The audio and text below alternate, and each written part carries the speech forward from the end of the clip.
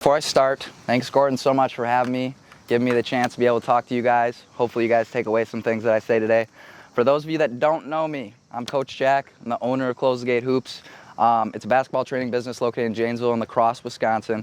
Over there recording, that's my sister Kate. She's also a coach. And then Coach Connor, he's a trainer with Close the Gate as well. And when we're going through the activities today, I'm going to try and make it as interactive as possible. Okay, so you're not just constantly listening to me talk the whole time. But they'll come around. If you ever have questions, just ask one of us coaches, and we'll help you with whatever I ask you to write down. Okay, so there's going to be 4 parts of the speech today. Okay, and the first part we have is something called self-analysis. All right, so I want everyone to write down in their notebooks part 1 with a colon. So a colon is the 2 dots. Okay, and self-analysis. Don't worry about spelling. I'm 21 and I still can't spell very well. So Coach Connor has a notebook over there. So we created something called a basketball training notebook. Okay, it works for all sports. All right, but basically what it does, you guys, it builds you guys a blueprint on becoming self-aware, so it can give you guys a direction on where you want to go. Okay, so it analyzes, what you're good at, what you're not good at, and prioritizing what you need to do to improve faster. Okay, so the first thing we're going to talk about today is something called missions versus goals. All right, I see a few CTG kids here today, so they might be able to answer a lot of my questions. Okay, but can anyone tell me what the difference between a mission and a goal is? Ike? It's like the journey and not the destination, so it's how you get there and the work you put in. I love it. Okay, so when majority of people are very goal-oriented, which is good, right? But that's focused on the destination part of the process. Okay, whereas if we're focused on the mission, okay, we're focused on the journey and how we actually get there. Okay, which is what I'm going to work on with you guys today, is that you're focusing on the journey, which is 99% of what it is. We don't want to not enjoy the journey, get to the destination, have a brief moment of happiness, okay, and then that's all it was, right? So what we're going to write down, okay, is you're going to write down training for with the colon. Okay, so this is the goal part. This is the destination part. Yes, we need to set goals to know where we're going, right? And then under that, you're going to write how. Okay, so this is the goal part, and this is the mission part. All right, so training for you guys, some of you, 7th grade group, right? Or is this 8th grade?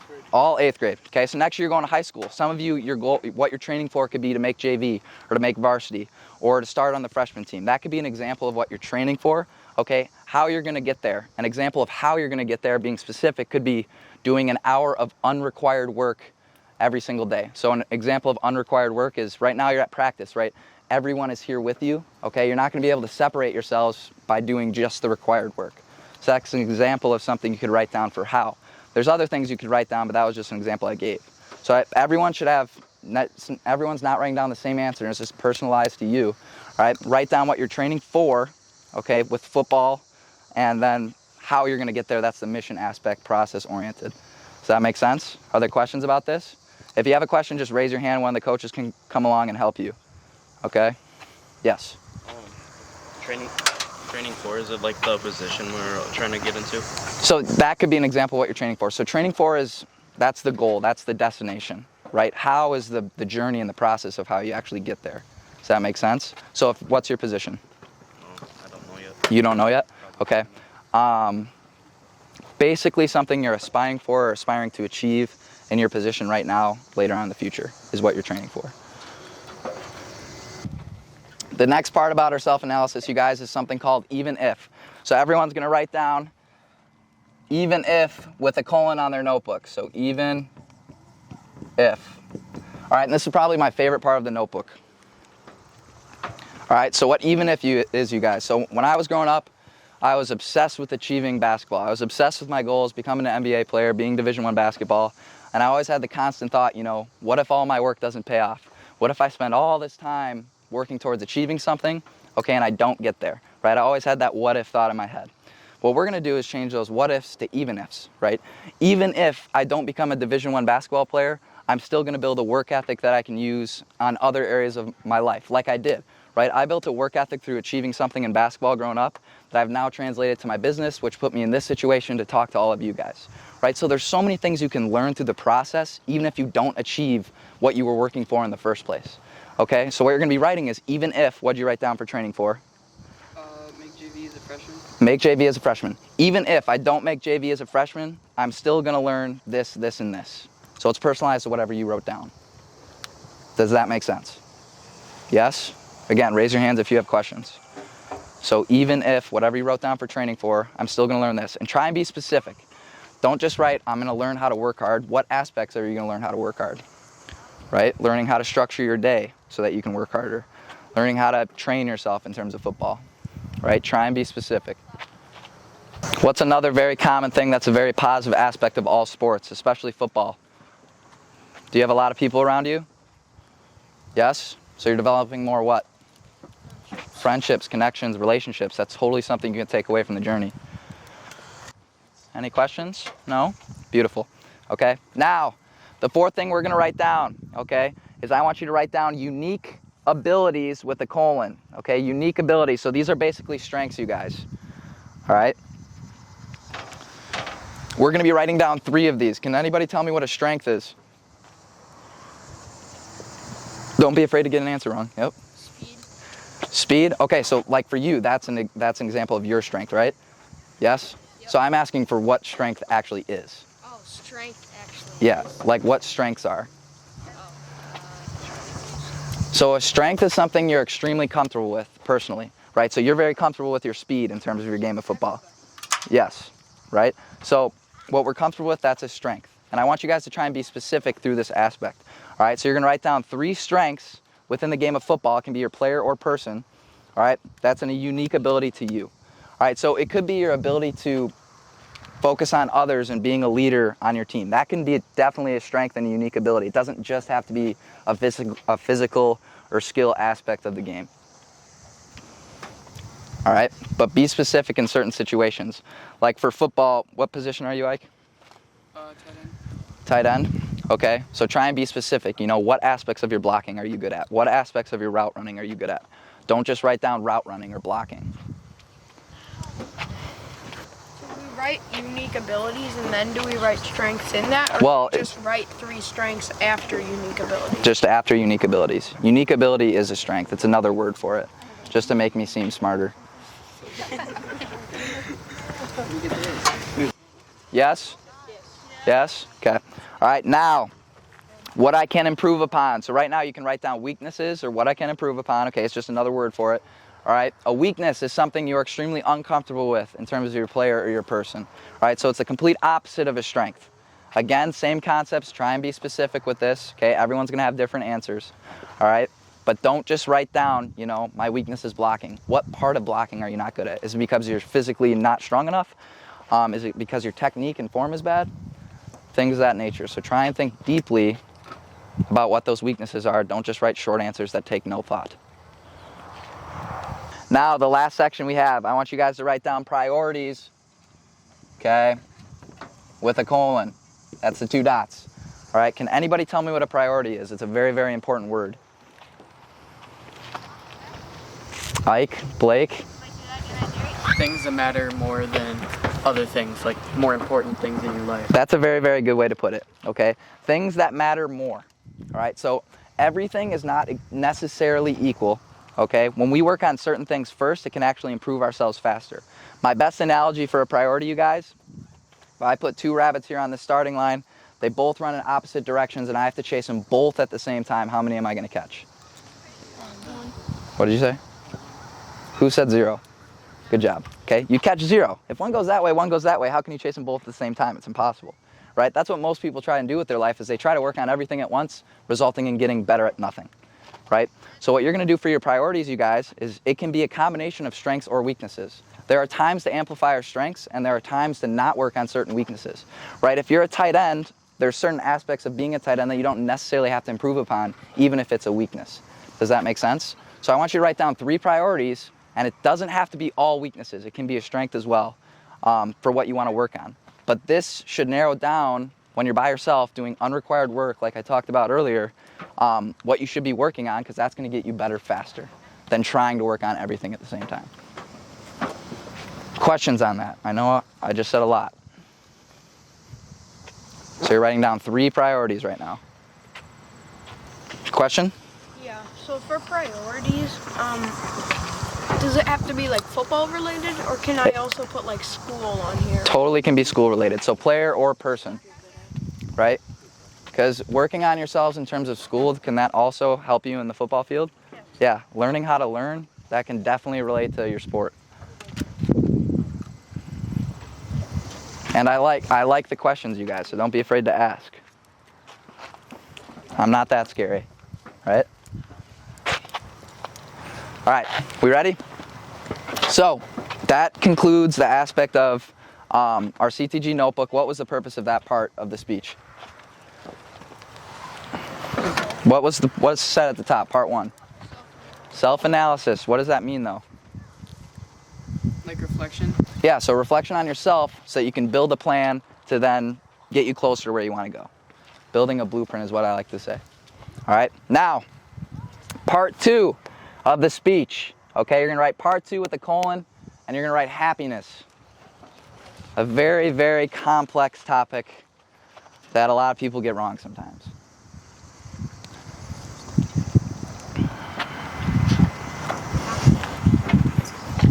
All right, so eyes and ears, make sure once you're done writing that down that you're looking at me and you're listening, because this is important. All right, so understanding the difference between happiness versus success. All right, so basically majority of people in the world, they think that success comes first and then happiness comes second, when in reality that's completely flipped, right? We need to focus on happiness coming first and success coming second. When we focus on our internal selves first, our external things will follow. Then instead, what most people do is they're always trying to reach for something, right? They're trying to reach for an accolade or achievement, or they're trying to reach for a material possession because they think that'll make themselves more happy, when in reality we have to focus on ourselves internally first to actually get there. Okay, one of our podcasts is called Off the Court. Okay, it's got over 10,000 downloads on Apple Podcasts, but one of our favorite, we do speed round at the end where we ask fun questions, right? And one of the speed round questions that I just started doing is if you could put one quote, okay, on the billboard, what would it be? And I have 2 that I want to talk about today because I can't decide which one I would want to put on it right now.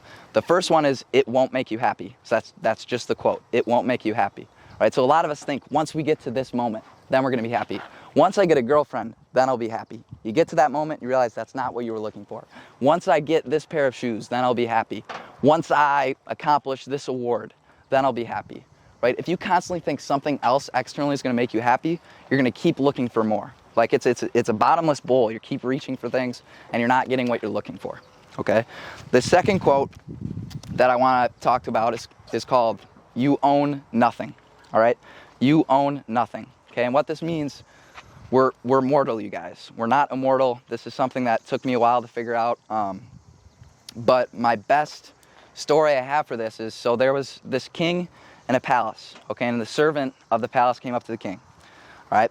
And he walks up to the king and he asks if he can spend the night in his hotel. And the king became offended, right, because he called his palace the hotel. And he said, "You cannot sleep here. This is not a hotel. This is my palace." All right? And the servant said, "Who stayed in your palace before you?" All right? And the king said, "My father." And then he asked, "Who stayed in the palace before your father?" And he said, "His father."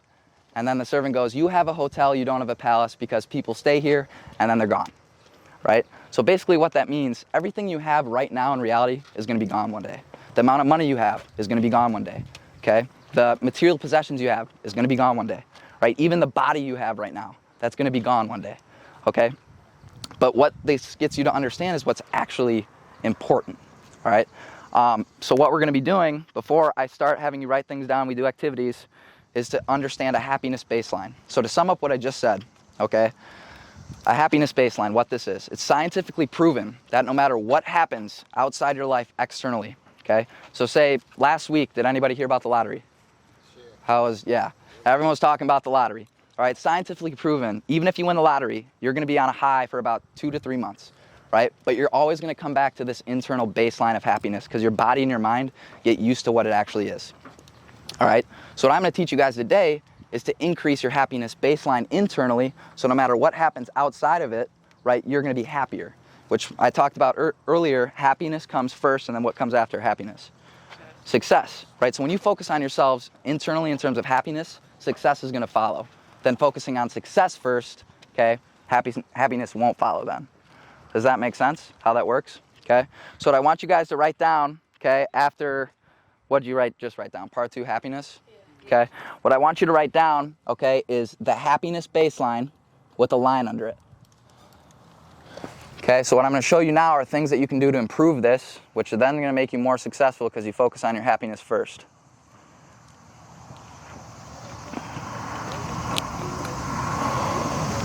Okay, I like to call these the big four, all right? So the first thing we're going to write under the happiness baseline for increasing our happiness is gratefulness. So write down 1 with a circle around it, gratefulness. All right, so can anybody tell me what gratefulness is? Like appreciating what you have. Beautiful, okay? Focusing on what you have, not what you don't have. Okay, every single morning I write down 3 things that I'm grateful for. It sets me up for my entire day because I'm not going to be worried about things I can't control or don't have because I'm very, very thankful for things that I do have.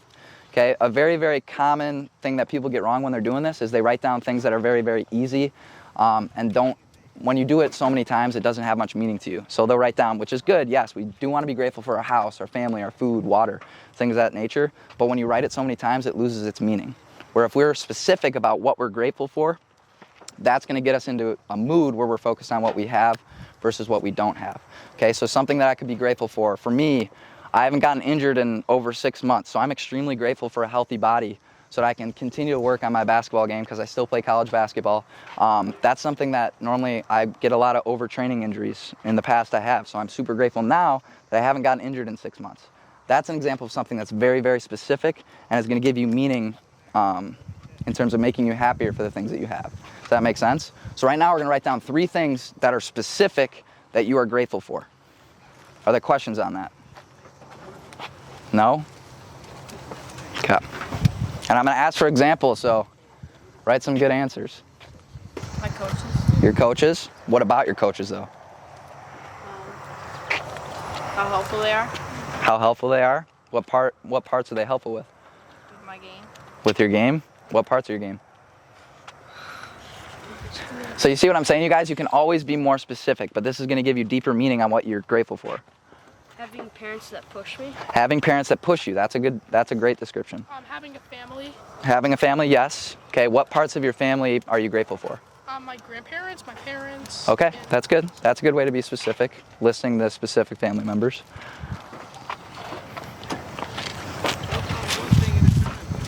Anybody else? Ike, you want to share what you're grateful for? Supporting parents. Supporting parents? Okay, what parts are they supporting of?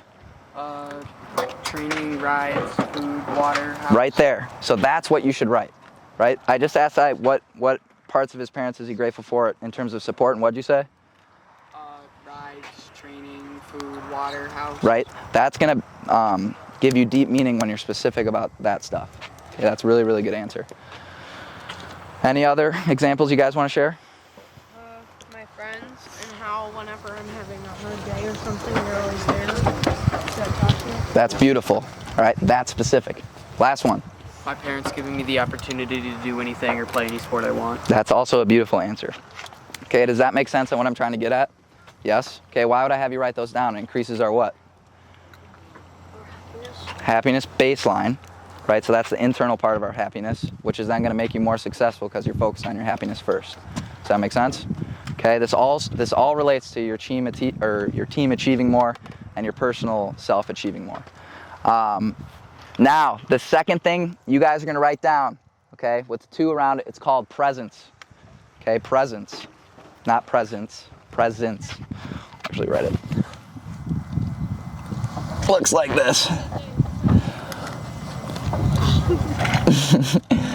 I had to double check. I spelled it. All right, presence.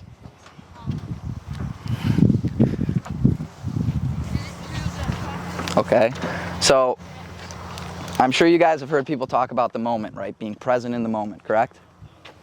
Often the most profound wisdom is the most simple wisdom, okay? That's why being present and in the moment is one of the most important things you can do in your entire life, right? Because what can you control? Yes. If I'm talking about presence and in the moment, what can I control? Your actions.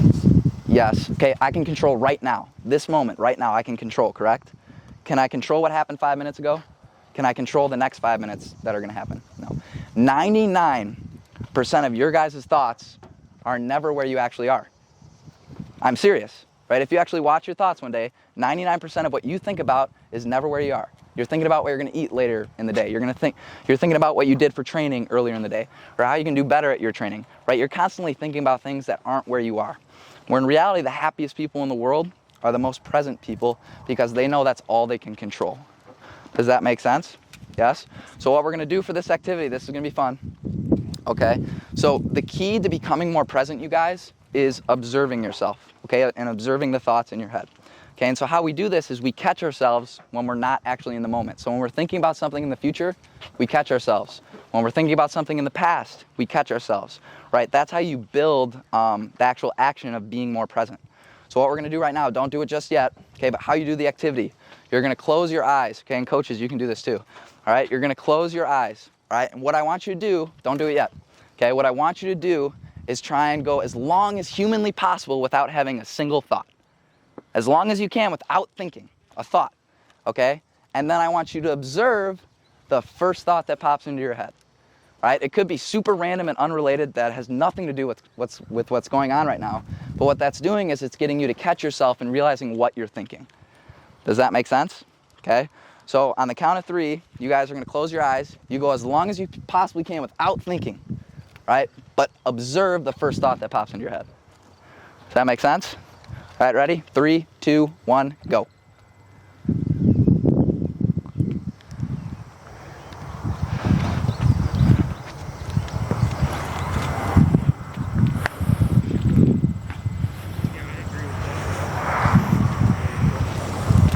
All right, time. There's no possible way you all didn't have a thought in that instance. One, did anybody hear the sounds of the football over there? Yes? Okay, so that's a thought. Does anybody want to give an example of the first thought that popped in their head first? After He thought of Subway. Subway was the first thought that popped in his head. That's good. My first thought was, don't think of anything. Okay, so that's good. That's a thought. That's awesome that you recognize that. That's beautiful. Anybody else want to give an example of their first thought when you tried to not think? No one else? My dad's making steak tonight. Her dad's making steak tonight. That's beautiful, right? So that's a future thought right there. All right. So all in all, why'd I have you do that activity? Eyes and ears, guys. Look. Okay. Why'd I have you do that activity? Why? To prove the point you made about that we don't think in the now enough. Yes, we don't think in the now enough. But what does observing your thoughts do? Does it put you back in the now? Yeah. Which then makes you, does that increase your happiness baseline? Yeah. Which then helps you with what? Success. Success. There you go. Happiness first, success second. All right. Now, the third thing we're going to write down, okay, to increase our happiness baseline is something called learning. All right, I'm sure you've heard this word before. All right, learning.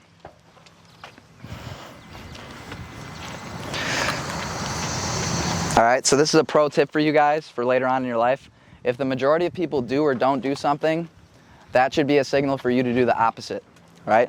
48% of people, when they get out of college, never pick up another book and read. 48% of people never pick up another book and read after they leave college. All right, so to me, that sent me a message like, wow, I should probably start reading. And when I was your age, I despised reading. Okay, I was very dyslexic when I was reading and things of that nature. It was very hard for me to read when I was growing up, but now I literally read half a book a day. I'm done with a book probably in 2 days now. And this gives me an advantage in separation because I know majority of people don't like to do it. But how this relates to the happiness baseline, it's a proven fact that you're a happier person when you know you're growing yourself and improving in the present moment. Right? So when we're learning, we're growing ourselves. Correct? Okay? So what I want you guys to do for this activity, okay? Last thing, actually, I forgot to mention, okay?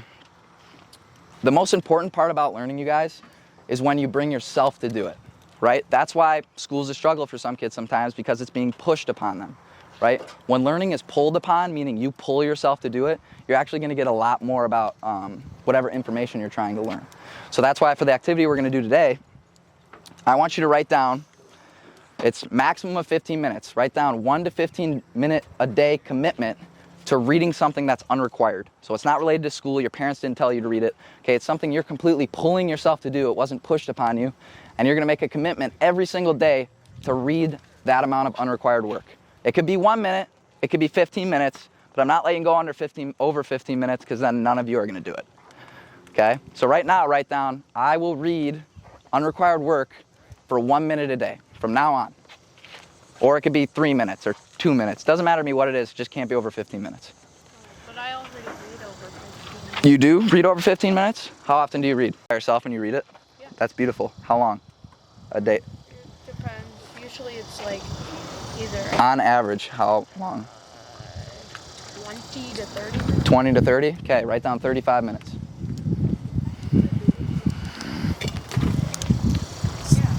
Has everybody got that written down? Again, how does this all relate to me talking to you today? Increases our what? Happiness baseline, okay? Thank you, okay? So you become more successful first, okay?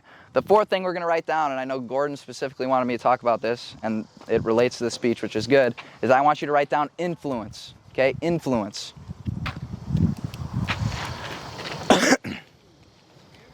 All right? So, leaders are influential, okay?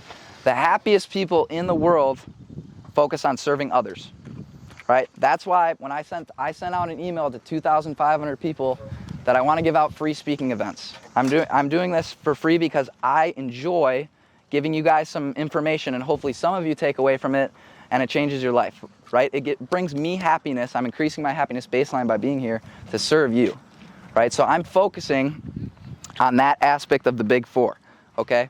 What we're going to do today, okay, as an activity, you're going to write down specifically, and again, like the gratefulness answer, you're not going to write down a one short word answer. I want you to put deep thought into it.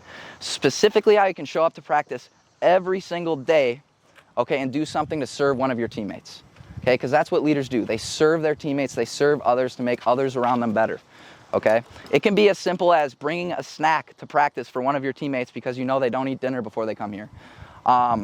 Bringing extra pair of deodorant for someone you know that doesn't smell the greatest after practice or something, right? So something super, it doesn't have to be big, it doesn't have to be small, but write down something specific that you can do every single day for one of your teammates.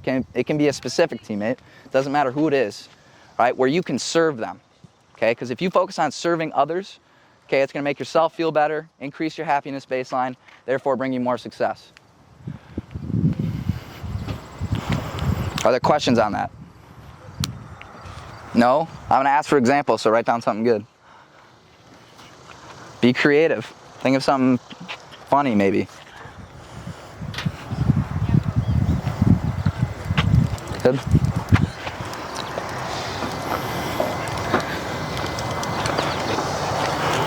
All right. Shoot me some examples. Helping people put on their gear. That's really, really good. Okay, helping people put on their gear. Any others? People who are like having a hard time or having like a little bit of a struggle to like cheer them on. Talk to them, cheer them up, be there for them. That's good. Really, really good. Any others? Blake, what'd you write? Catching for a quarterback after practice. Beautiful. Catching for a quarterback after practice. That's awesome. And Bringing an extra Hands practice up high if jersey. you want to ask questions. you're good. What'd you say? Bringing an extra practice jersey. Bringing an extra practice jersey in case someone forgets. I love that one. That one took deep thought. That was good. Help push teammates who have wants to get better Okay. How are you going to do that, though? by helping encourage them Helping encourage them. Okay. So that's why I'm trying. and working with them. Yep, good. So working with them. Like Blake said, right, catching for his quarterback outside practice. That's a good example of pushing them. Does that make sense, you guys? Okay, so all in all, what do those four things relate to football? Ike? Your success, or your happiness bar, which leads to success. Yeah, is your happiness bar related to external things? No. No, it's related to internally inside of you. Does that make sense? How that works? Are there questions about that? No? Okay. Moving on to part 3. Halfway, you guys, halfway. All right, now, part 3, sport adversity. So you're going to write down part 3, sport adversity.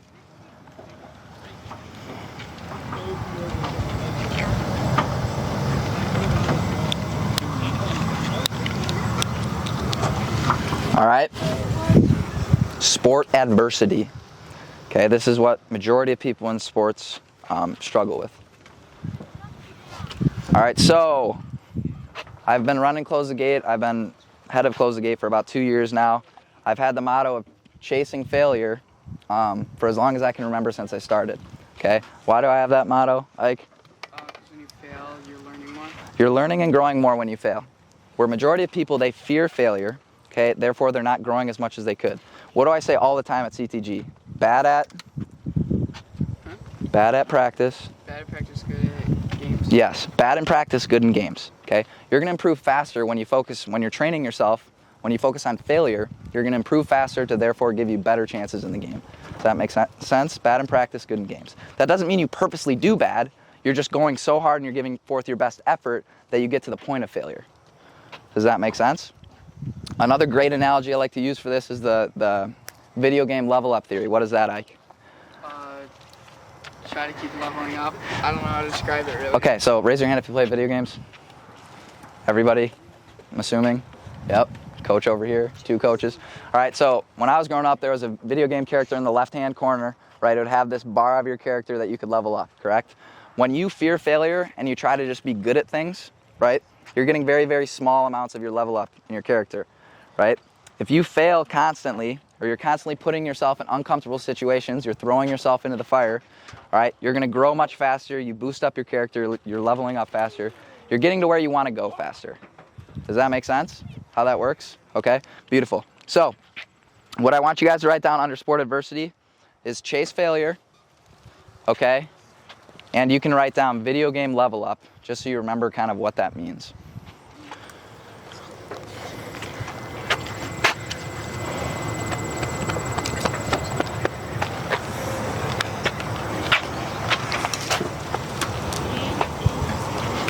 Everybody got that written down? Yes. Yes? Okay. Now, the second thing I want you to write down, okay, is composure. Composure.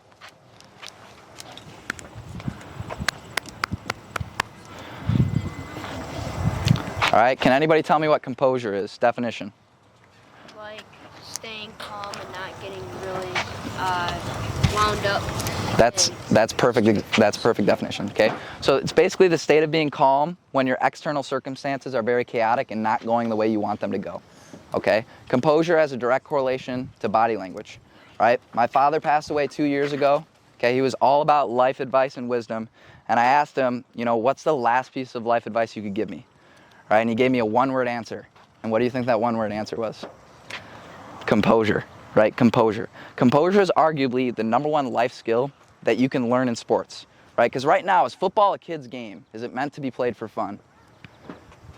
Yes, right? It was invented for you to have fun. It's a kid's game, right?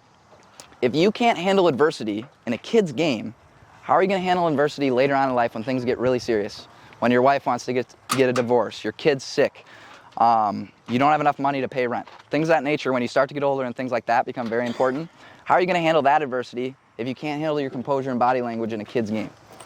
You get what I'm saying? So it's extremely, extremely important that you focus on composure because that's going to give you the ability to control what you can control and not worry about external circumstances. All right? The second thing I want you to write down under composure is the roller coaster theory. Okay, the roller coaster theory. And I'll explain what this is, but you're going to write this down. Okay, and actually, why don't you draw a roller coaster? So a roller coaster, you normally do what? You go up and down throughout the ride? Yes or no? Yes. Okay, so I want everyone to draw that. Okay, a roller coaster. Is this how most of us are in sports? Yep. Things go well, we're feeling really, really good about ourselves. But if we're on a high when things go well, what's going to happen when things don't go well? You're going to be really low, right? You're going to be sad. You're not going to be feeling good about yourself. Okay, so do you think we want a roller coaster or a flat roller coaster? Flat roller coaster. Does anybody know who Damian Lillard is? Yes? Okay. Damian Lillard is one of my favorite examples because when he hits a buzzer beater, how's his facial expression? Straight. It's very, very calm. When he misses a buzzer beater, how's his facial expression? That's a perfect example of having a flat roller coaster. No matter what things are going good, you still keep the same level of cool, calm, collected composure so that way when things go bad, you're still going to have that cool, calm, collected composure. Does that make sense? So I want you to be on a very, very boring roller coaster, basically, with your sport adversity. Make sense? We don't want a fun up and down roller coaster. Okay? Now, the third thing I want you to write down, okay, is attachment to performances. Attachment to performances.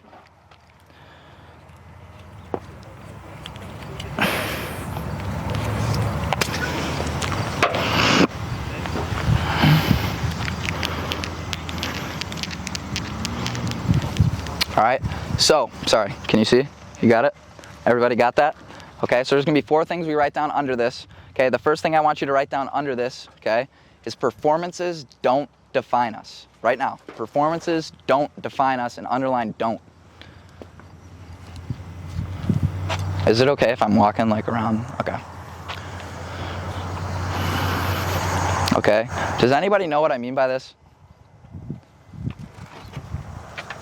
No? Nobody knows what performances don't define me mean? One bad game doesn't define your career. Okay, you're on the right track.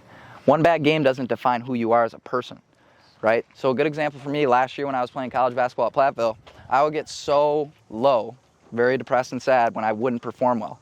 Can you control performances? Yes. No.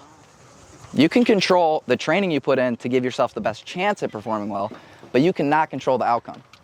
Can you control how well you do in a game? Or for example, basketball, can you control how many shots you make? No. Okay? So that's why I want you to understand that performances do not define who you are as a person, because you can't control performances, you can only control who you are. Does that make sense? Okay, where if we take that approach, okay, that leads us to something called the law of reverse effect. So I want everyone to write down number 2, okay, the law of reverse effect.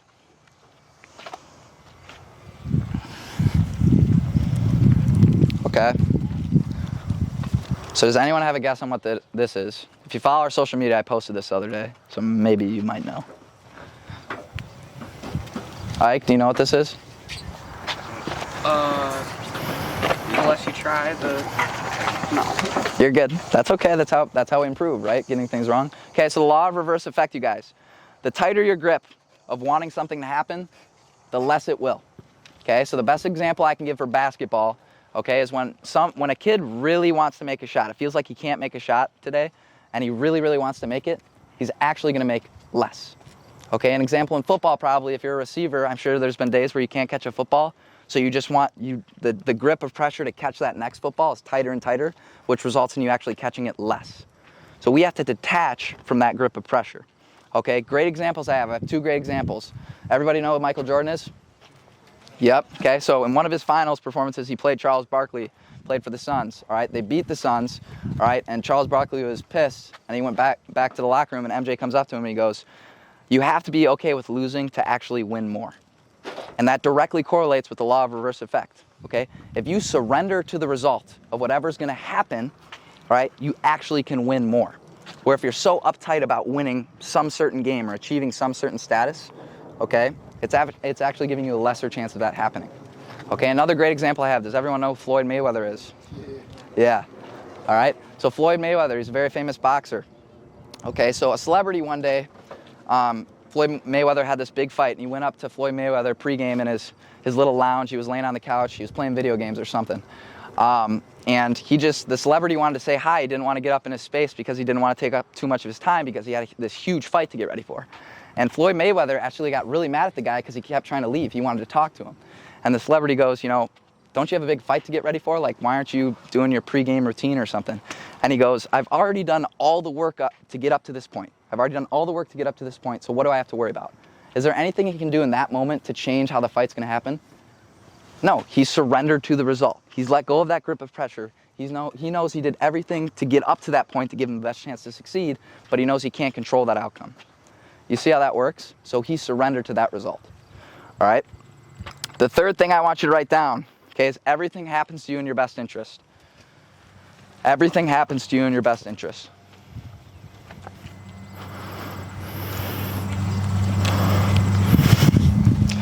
Okay, does anyone know what this means?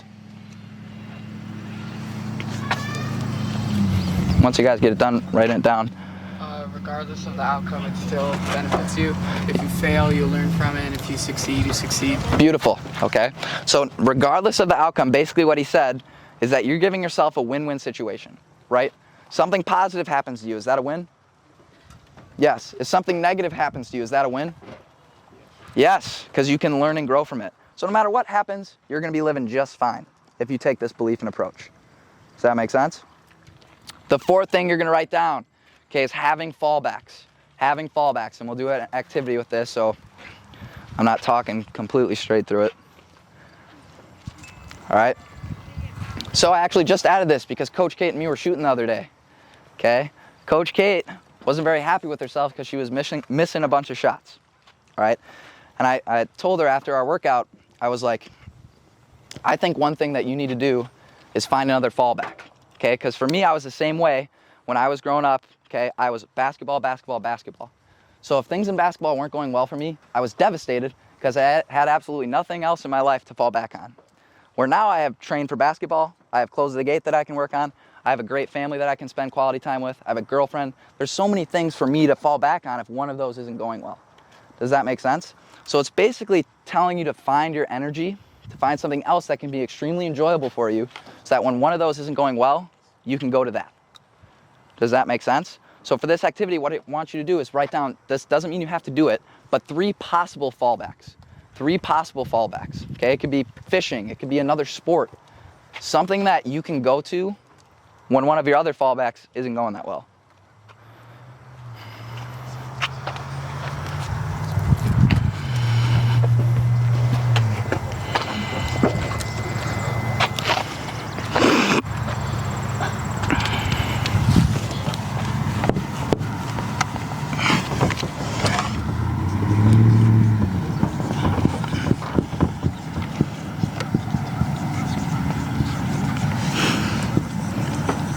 Does anybody want to give an example?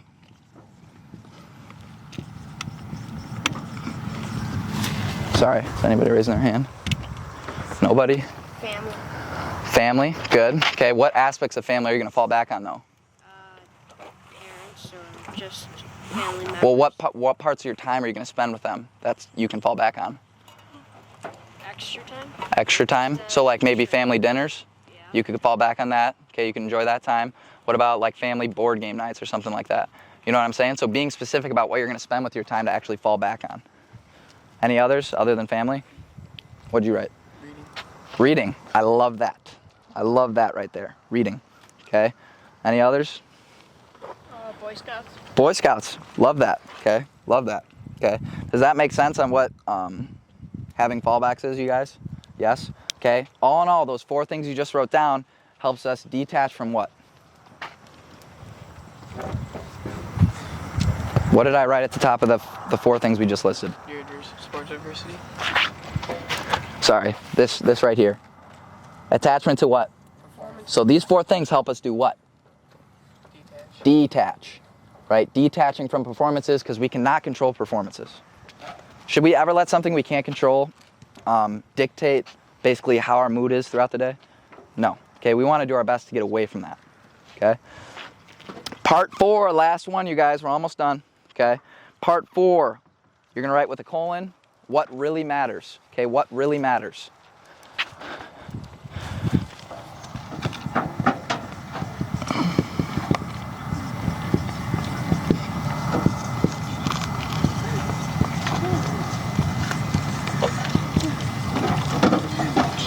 Everybody got that?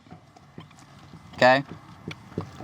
One of my favorite quotes, okay, I read a similar quote in a book, I kind of optimized it to myself, but one of my favorite quotes, and I want you all to write this down, it's not about what you accomplish in life.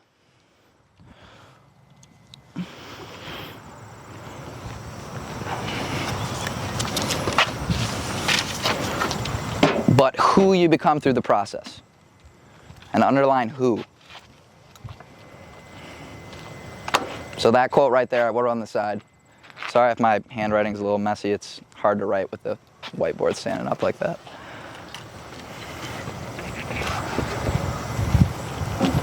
Does anybody want to tell me what this quote means?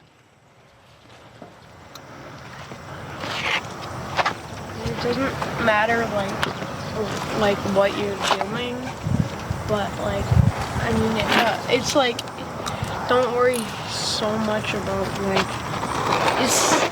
it's not about like what you're doing or what you're doing. It's about like how you as a person. You're on the right track. Yes, improving. You're on the right track. Okay. It's the characteristics you develop even if you don't reach your goal. Beautiful. So no matter what, even if you don't reach your goal, all those characters you develop or characteristics like Ike said that you develop is the most important aspect. At the end of the day, is winning and losing that big of a deal? If you win a championship, what do you go home to? Okay, that's true, but we're not focused on material wealth. We do get a bonus maybe if we win a championship, but we still go home to the same connections, the friends and families that we built, and the work ethic that I've gotten through striving for that championship. Yes. What if I lose a championship? Do I still go home to the same things? Yes. Does that make sense? So it's about who we become through the process. All right. The last activity we have for you today, guys, is something called a values ring. So everyone write down values ring. What'd you say, buddy? Values ring. Yep, ring.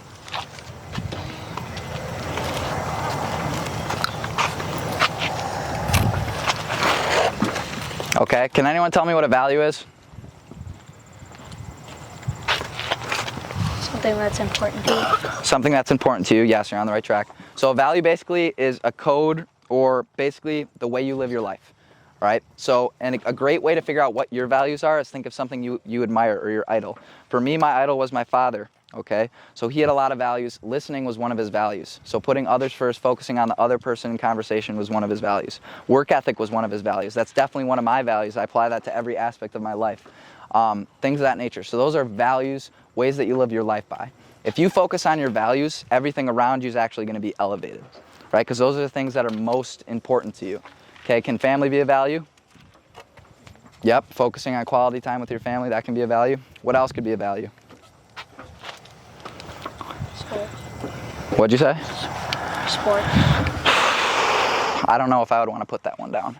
But, so another example of a value could be believing everything's in your best interest be a value? Yeah, right, because that would apply to all situations in your life. So what I want you to do for this activity is write down 3 things you value.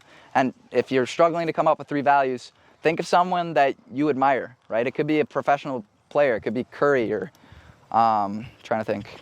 Are we Packers fans here? All right. All right, so Rodgers maybe, things he does in terms of on the football field that we would want to emulate. Does that make sense, you guys? Okay.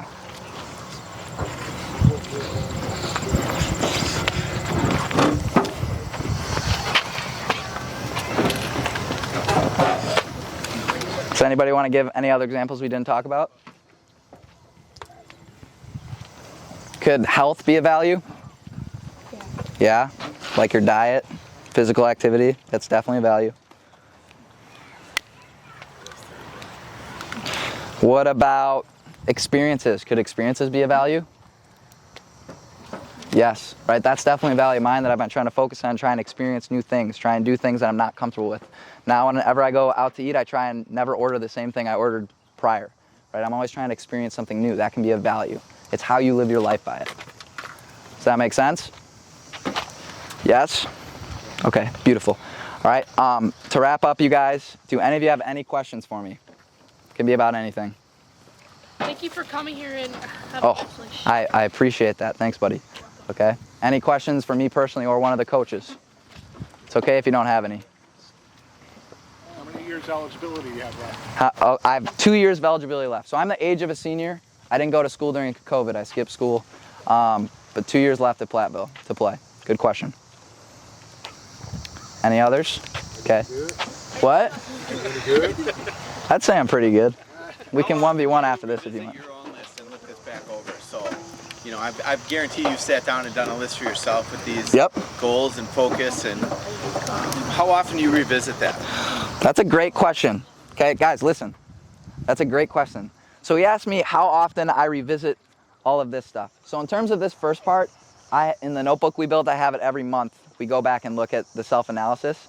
But in terms of me personally, when I go back and kind of revisit all the things I learned, whenever I start to feel overwhelmed and stressed, that's when I go back and look at the things I learned prior, because most likely the answer you're looking for, you already learned prior. Like you've already learned it.